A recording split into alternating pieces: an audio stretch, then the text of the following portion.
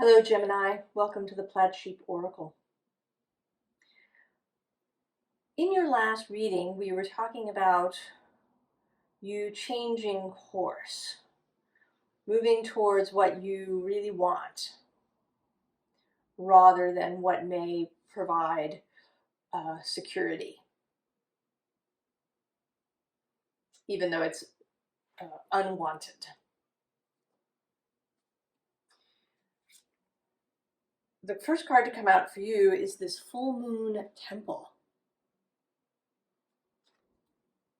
Celebration, peak, transcendent moment.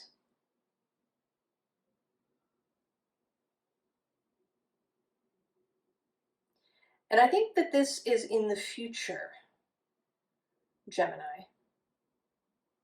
That this is something to look forward to.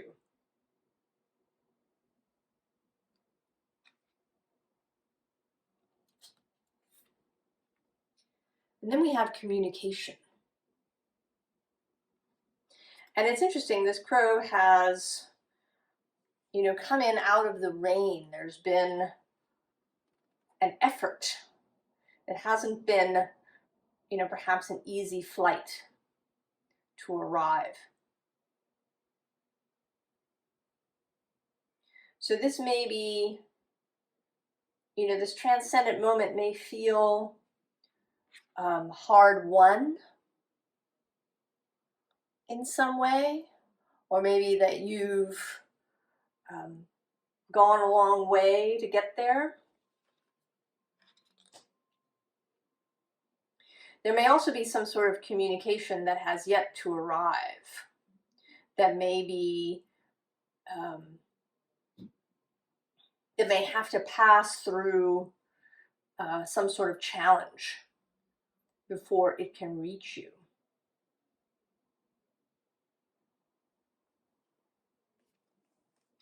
So we have this Two of Pentacles, and this is the balancing, the managing of material resources, prioritizing. And beneath it is this Two of Voices, which always looks a little fraught to me, right? This person is tearing their hair out.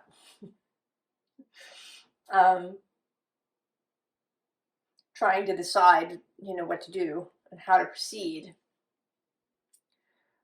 So I think that you have come to an understanding that you're feeling more relaxed around material concerns, financial concerns. Because then we have this Nine of Materials, which is, beautiful and excited.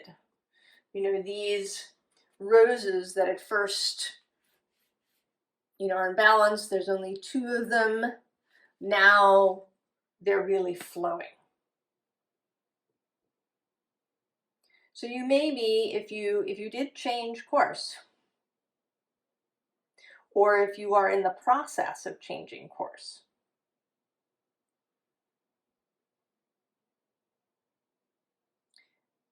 you may be feeling a greater freedom around material resources, even if you don't have them all yet.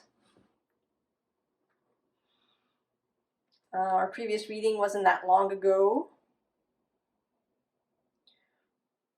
I think you're feeling more confident that there's been an internal change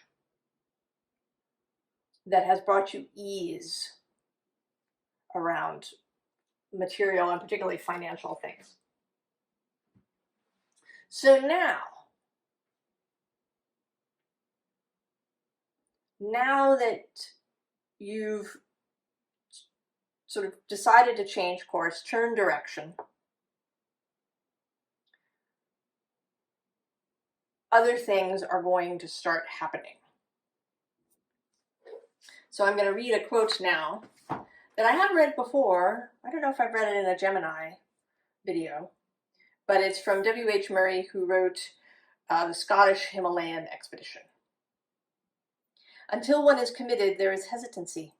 The moment one definitely commits oneself, then providence moves too. All sorts of things occur to help one that would never otherwise have occurred. A whole stream of events raising in one's favor. Unforeseen incidents and meetings and material assistance which no man could have dreamed would have come his way.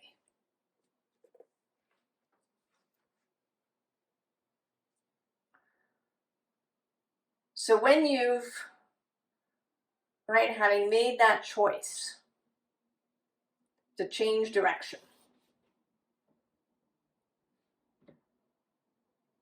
things are moving now in perhaps an unexpected way. We start with the star. This today incoming energy. An idea, an inspiration, something seen that was not seen before. Also perhaps a greater clarity of purpose. The star is about looking ahead, about, keeping your eyes on what it is that you're hoping to achieve. So there may be that where there was cloudiness, this rain happening, fog, that is clearing away. You're able to see your guiding star more clearly. And so then that brings in this Eight of Wands, Eight of Inspiration, fast moving energy. And I think that this involves other people. That either people are arriving with resources or ideas or support, or maybe you're just meeting new people.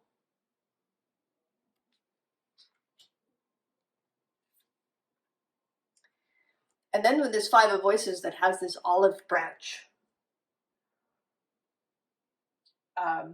there may be mental confusion, or even perhaps, this card is largely about, internal stuff, right? Too many voices going on in the head. The olive branch being peace between, different parts of yourself. Perhaps between the inner accountant and the inner adventurer. But it may also be that people around you that were critical or contrary, or just causing you mental agita, are now no longer doing that. There is this singular voice, this singular purpose, a unified will, the different parts of yourself all getting on the same page.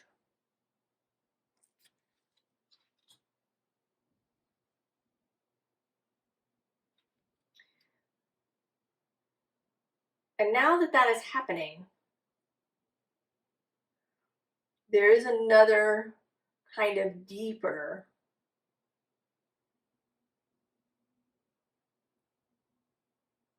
journey that is revealing itself. We have this Six of Cups. And I have the sense that maybe this is something that has, not to say maybe necessarily been kept secret, but that is part of the original impetus for your soul to choose this life. This feels like your soul setting out, making a choice to be in this life. And that there is something very deep, and at least for a while, perhaps mysterious, about this choice.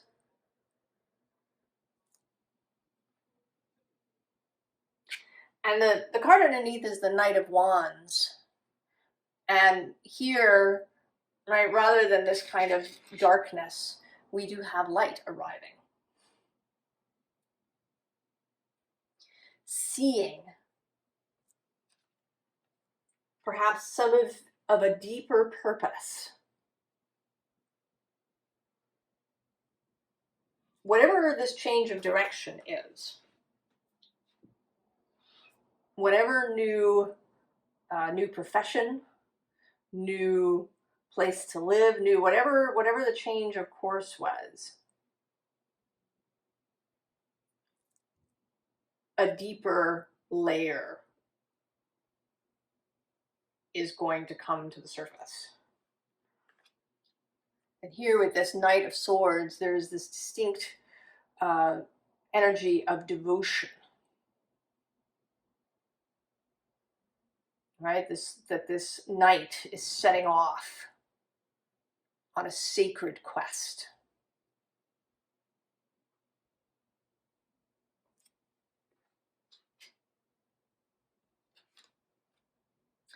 And that it is deeply sacred here with this Hierophant.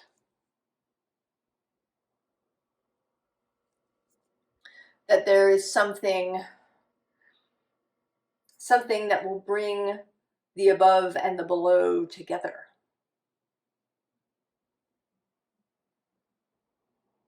I don't think this is you. I think this is the sort of the energy of this quest that the knight has set out on.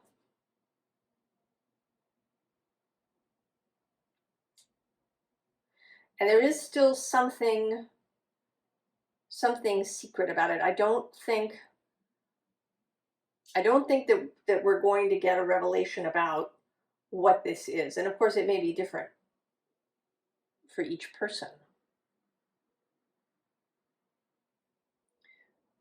But this is kind of a heads up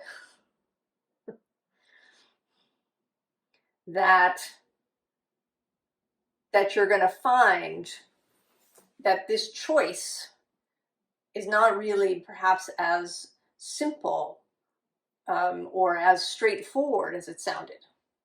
You know, it could be that it seemed really straightforward, that you really wanted to be, an interior designer, but you've been working as an administrative assistant somewhere. And you make that choice to switch, right? To pursue this thing that you really want to do. And that seems, fairly straightforward, right? There's practical concerns, there's concerns about money. But there's something else that is going to be revealed. And it is going, right, this deep and sacred purpose. So here with this Two of Cups, this is really about you becoming aware of this. Because for a while it's been behind you.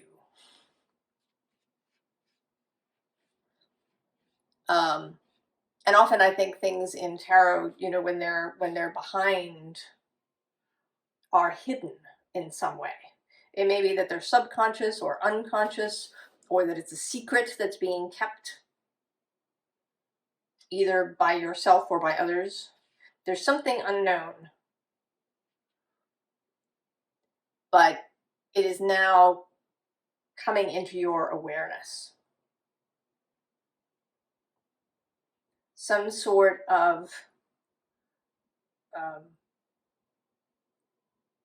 vision being revealed, and something that is deeply meaningful to you. This is the Two of Cups, the heart space. This is something deeply meaningful, something that your heart desires, that your heart wants to bring into the world and into being, to express.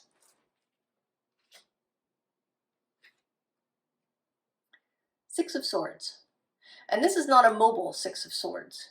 This is very definitively an internal journey of the mind, of coming into balance. I mean, actually, I didn't bring it up, but at the bottom of this deck is the Five of Swords. And then there's this Five of Voices. So where there has been, and actually,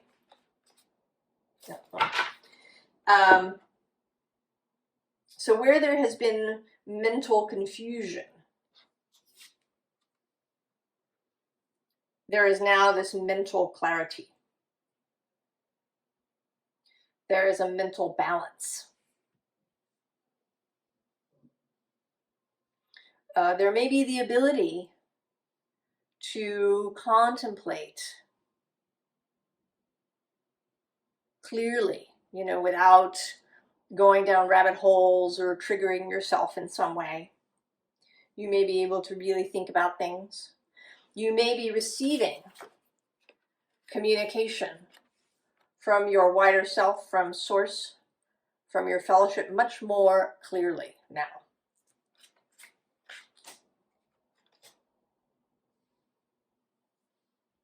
And we have the 12th house, right? The place where things hide. The home of the unconscious. Those things that are hidden even from ourselves. And below it is the 5th house, passion. Creativity. What makes our heart sing. What puts us in flow.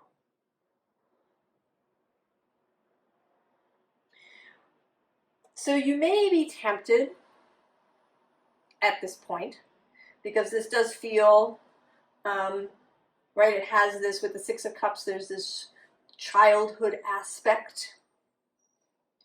Because when your soul chose this life, it chose the childhood that you were going to probably have, right? The parents that you were going to have, some of the events that might have been likely, you know, if you had siblings, the whole, right, this whole environment that was going to shape the person that you are. And so you may be tempted at this point to look back, to try and understand this by looking backwards, to, you know, maybe examine your childhood for clues about what this might be. And the advice here is don't do it. Because it's just going to create some opposition. It's just going to create a tangle in your mind. And it simply isn't necessary. Your early life was what it was. It exposed you to certain events and people. It helped to shape you. It may have helped to create certain gifts that you have, or to bring them to the surface. But it did its job. The way to know what this mission is, this geas, this sacred quest, this sacred purpose, is not by looking backwards. Even though, right, you might be really tempted.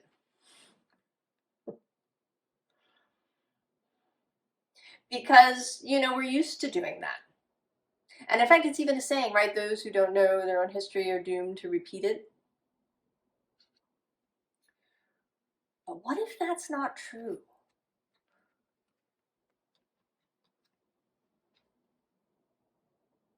Or what if it's only sometimes true? What if the other possibility is that it's the constant repeating of what came before that keeps it alive and causes it to recur over and over again?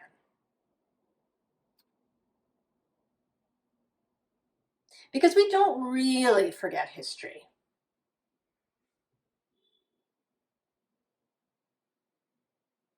It lives with us. We talk about it all the time.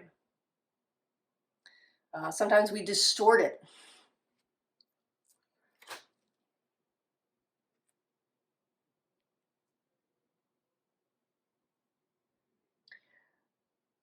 So looking back is ill-advised. And at the bottom of this deck, we have the Ace of Wands. Look forward. It may be a little anxiety producing. This person here looks a little startled that there's this bird on their face. A little startled. It's okay.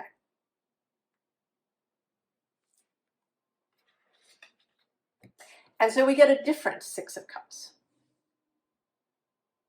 This is more about the present, about your family life, your emotional loves, things that make you feel good in the present, in the now. These are adult rabbits.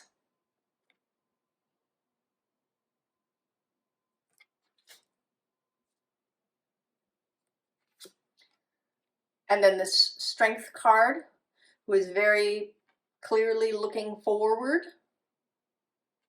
in this direction, and right, looking to the Fool, right? These two joining up. Fool and Strength. These are companions that you would want on any quest. Right? Because Strength has wisdom and clarity and self-awareness, self-control, to not, you know, do the impulsive thing that might get you into trouble. And then the Fool is an innocent impulse, following with an open heart, following the road with an open heart, and an expectancy of goodness and fun and adventure.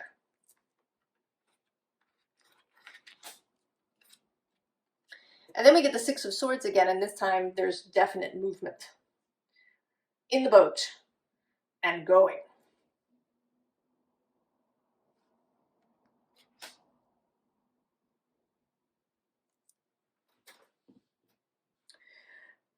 So as I said, I don't have any kind of clue here at all. I don't have any sense of the specifics of this deeper purpose. And I think that's for two reasons. One, because it's not for me to share that with you, it's for you to discover. And also because it's going to be different for different people.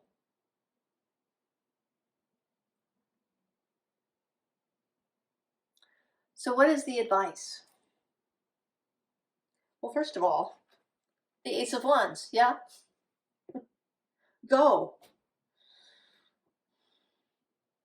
Accept this quest.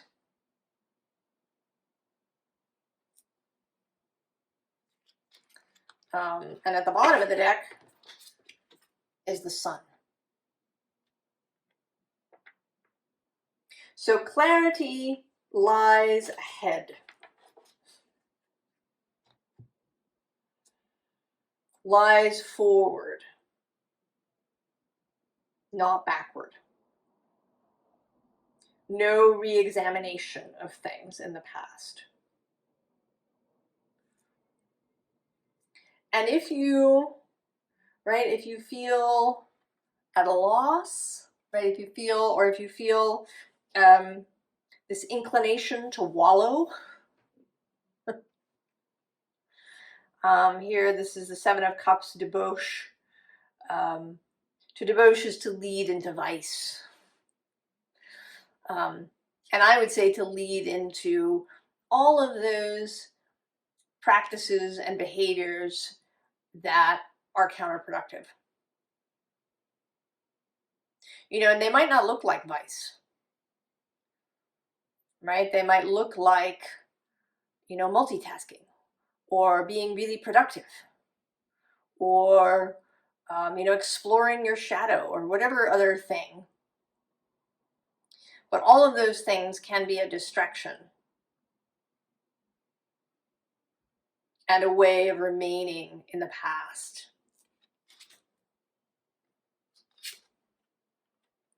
Three of Swords, if you are tempted to clasp your hurts to you, I think that came up in yesterday's Scorpio reading. Did it? I think.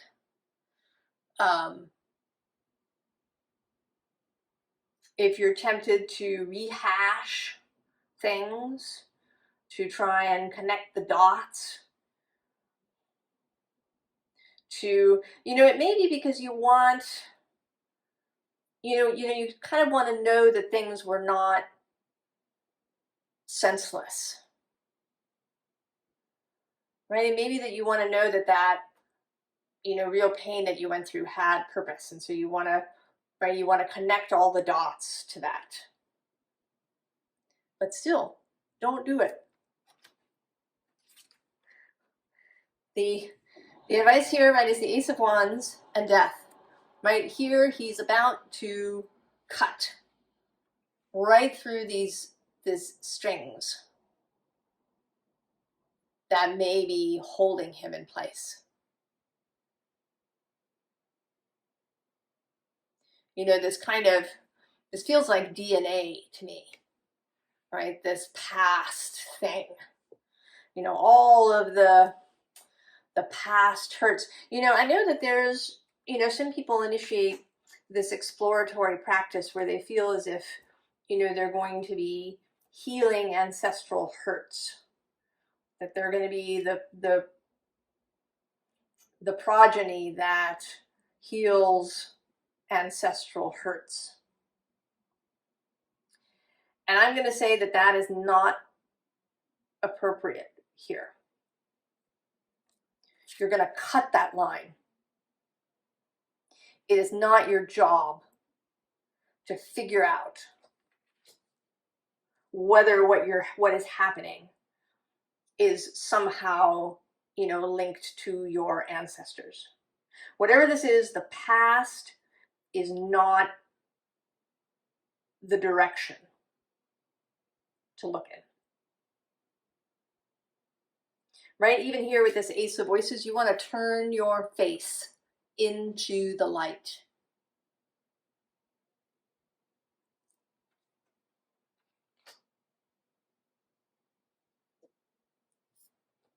To look forward.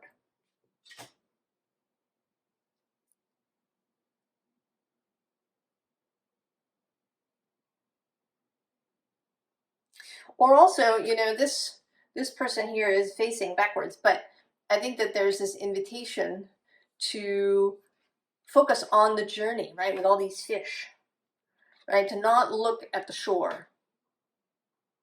But you can see, right, what's happening now. What is around you now? And then into the future. I was actually reminded this morning when I read a little blog post that when you're headed somewhere, if you're, you know, riding a bicycle or riding a motorcycle, you look to where you want to go,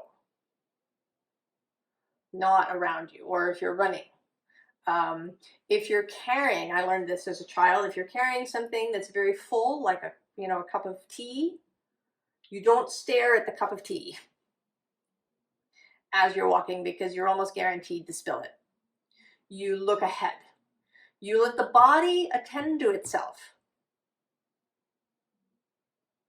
It knows how to balance. What it needs is its focus, its target, where it's going. That's where your eyes are.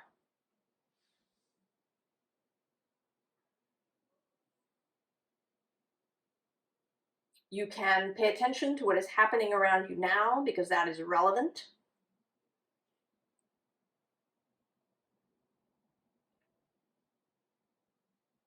To know how things are moving forward, you may receive communications, right? You're mindful of your surroundings, but your focus is forward, not back.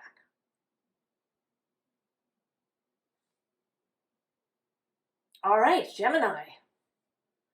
Well, I'm really curious about this, I have to say. Maybe some of you will come back later and reveal your deeper purpose that you discovered, or maybe we'll learn more about this as we go into readings ahead. Perhaps some of this will be revealed to us, whatever this secret is. And I wish you all the very, very best, Gemini, and I'll see you next time. So long.